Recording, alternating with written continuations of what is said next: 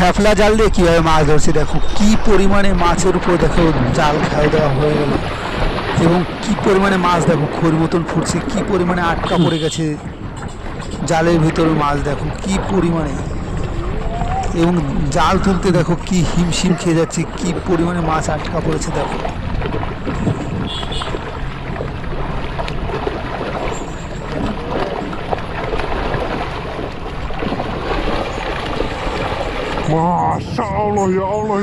জালের ভিতর বস্তায় বস্তায় মাছ দেখো আটকা পড়েছে, কত মাছ এবং কত বড় সাইজের মাছগুলো দেখো কি পরিমাণে সাদা হয়ে গেছে জাল,